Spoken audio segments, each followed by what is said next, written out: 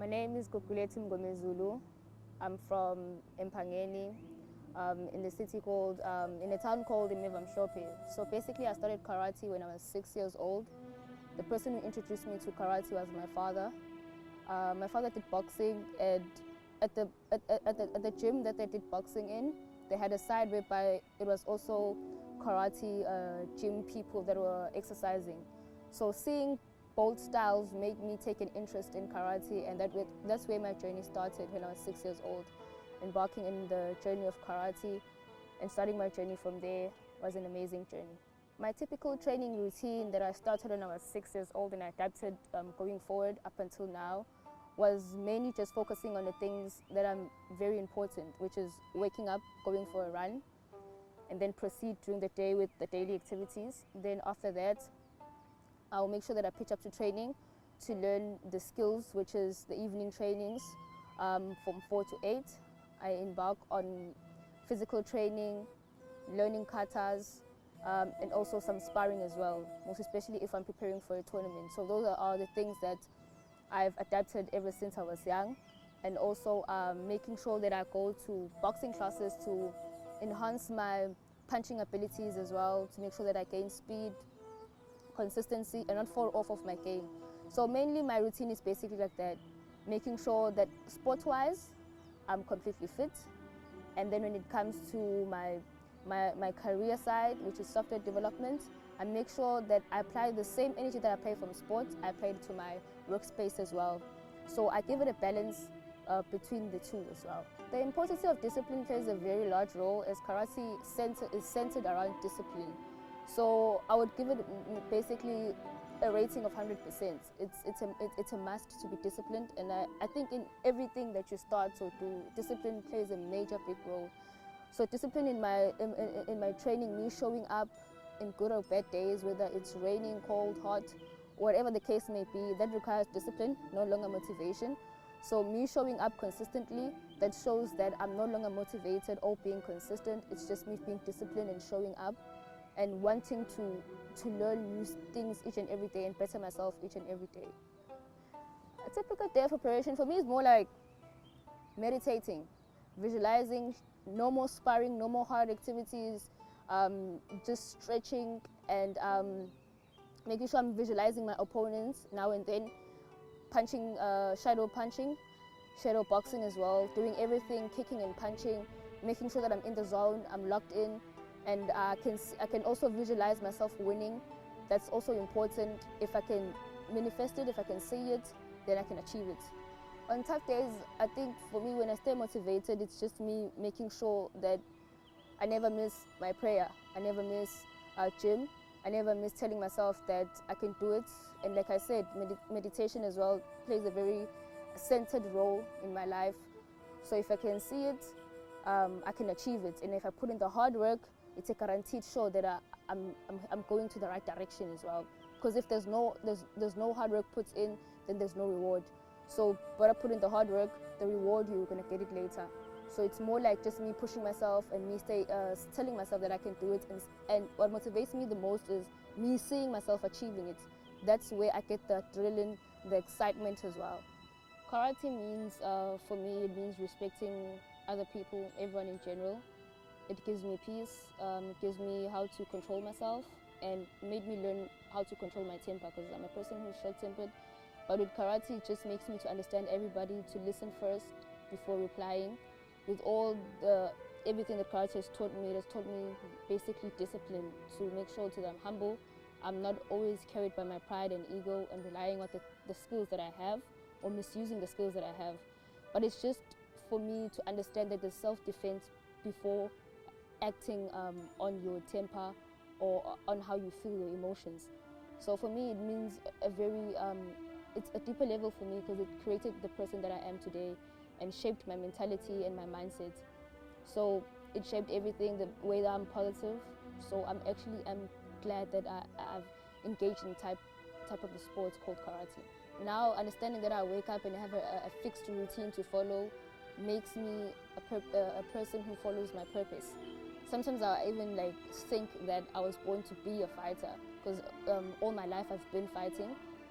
protecting the people that are close to me and myself as well. But for me, I just feel like it just makes me a person who has purpose. I feel like I've found my place in the world. I don't need any validation anymore. It's like I know what I'm doing, my direction. Everything has a time and a place. So if it's time for gym, I'm at gym. If it's time for my workspace, I'm at workspace. It just made me align with everything, made me to understand that each and every time I know what I'm doing. And if I have resting days, I know what I'm doing as well. But it just made my life so much easier with peace and harmony, whereby now I know that everything is aligned and I'm there when I'm needed, and when I'm not needed, I'm just not needed at all, I'm just not there. The important lesson that I've learned is to respect other people, listen to other people and not judge. Don't always have opinion, don't talk when you're not supposed to talk. Always be supportive, always have positive energy to spread. No matter how busy you are, be able to fit other people in your schedule, especially if people they need you the most. It's not being selfless, but it's also understanding that you're always there to be a helping anchor in people's life. So it helped me that way. Training in Japanese Garden actually makes my heart be at peace, makes me understand that I'm connecting the two, my sports, my mentality, my mindset as a whole. It just aligns with everything that I do and my sport, the culture of my sport as well. So it enhances each and every technique, makes me feel like I'm not fitting in, makes me that I'm just in the zone, in the dojo. It just describes and speaks dojo on its own. Reflecting on my progress after training is just me aiming for more. I acknowledge my achievements. I'm not bashing my achievements, I'm proud of them. But I always tell myself that I want to see how far I can go. I don't only want to be a champion, I want to be people's champion. I want to lead by example, I want to be an inspiration, and I want to be remembered for the things that I do, not forgotten. In the future, I see myself returning with the world tournaments, which always, after 4 years, they're always being held in Tokyo, Japan. I've experienced going there, which makes me have enough experience, but experience without results and reward means nothing to me. Like I said, I do look up to my achievements, I am proud of it, but I feel like what will make me proud enough is for me in the next 4 years to come back or even be in the top 8, because that was never been done before, especially for a female. So I want to do that and be the first to do it, and also even get a reward for it, so that when I reach retirement, I know that I've reached and surpassed my limits and smashed all my goals. You won't get better overnight, but you get better over time. Believe in yourself, because this is a sport that sharpens you in each and every corner of your life and the way that you think, the aspect that you have with the world. And this is a sport whereby patience is virtue. You have to be patient along the journey, enjoy the journey, the ups and downs. And after all these years of practice, is that I have a good foundation of why. I know the reason why I'm starting it, and I know why I'm doing it. So the why is more louder than me just being an ordinary champion and being an average person in the sports industry. Is me wanting for my sport to be noticed, for people not to confuse my sports with other styles of karate, to know that there are different styles of karate through me. And I want people to see that it is possible. It can be done by anyone in the world, irrespective of gender. So I want people to be inspired of the work that I do, to be inspired of how I do things, and to know that, to be a champion, you experience losses, and the losses are the ones that define you. People misunderstand that with the wins. Wins are temporary. Wins, it's like, for me, it's more of like, job's not finished, job's not done, because in the next tournament, you're gonna repeat and redo everything that you've done. Losses is what defines a true champion. When you lose yourself, how do you react? Do you give up? Do you stop? That's the end of your karate journey. Irrespective of your loss, you have to keep going forward.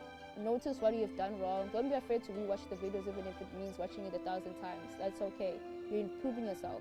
People's opinions does not matter. I feel like what matters is where you're going, where you're heading. You have to tell yourself that, where am I going with this thing? So self-improvement, self-introspection, meditation, going back to the drawing board, even if it means you starting over, that's okay. At least now you're starting over with lessons involved, with experience involved. So it's not you completely starting from scratch, it's just you just fixing everything and you just being patient with yourself. So in the next tournament, you're on your A game.